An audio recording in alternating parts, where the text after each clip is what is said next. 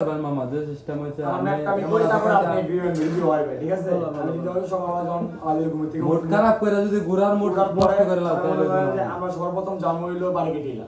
গেলাম বারকেটিলা যাওয়ার পরে আমরা বাড়িতে জন্ম হইলো একটা ছোট বড় ঝর্ণা আছে বাড়িতে নামার পরপরই ওই ঝর্ণাটা দেখার পরে আমরা যেমন নীলাদ্রি লেক ভাই হ্যাঁ সিরিয়ালের ঘুরতে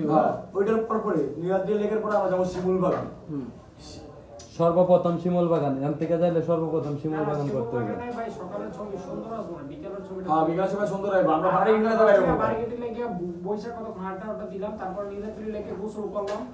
গোসল করে আইতে তাহলে এইদিকে যদি আওয়া পড়ে তাহলে শিমুল বাগান আবার গেলাম তো গেলাম আর না গেলে মনে করেন এই নীলাদ্রি এই আপনার গোসল করার পর দুপুরে খাবার খাই টাঙ্গা আগে এখন সুন্দর কোন কি দুপুরে দেখো খাবার ভাই, খাই আমি তারপর কিন্তু- বিকেলে আমরা সোনা মিলিয়াতে বললাম আমি কিন্তু টাইম সাদা কথা যেমন না বলা ভাই আমি কই টাইম হিসাবটা কিরকম জানেন হ্যাঁ ওটা আরেক- ধরেন আমরা 10টার দিকে বের হইলাম কিন্তু 10টার দিকে বের হই ভাই একটু আর্লি বের হওয়া যায় না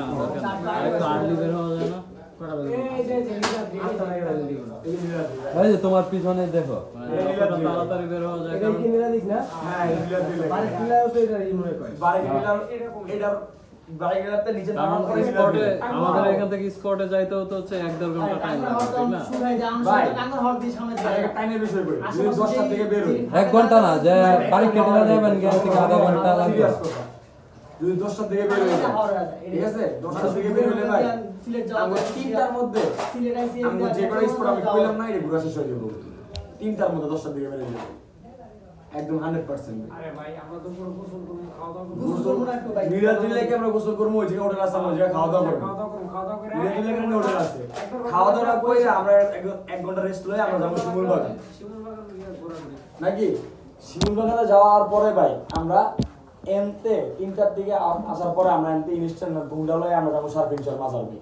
সার্ফিংসার মাজার হলো প্রায় এনেই মানে এই দিকের পুরো হলো সার্ফিংসার মাজার আর হচ্ছে হলো পাহাড় বিলাস এই দুটো জায়গা আমরা কালকের মধ্যে কভার করে দেবো একদিনেই কভার করতে পারবেন চতুর্দিকে আমি কইলে যে কটা নাম কইছি ভাই একদিনে কভার হয়ে যাবে ভাই এদিকে কালকে আমরা একটা মিশন লমু যে এই কটা জিনিস আমরা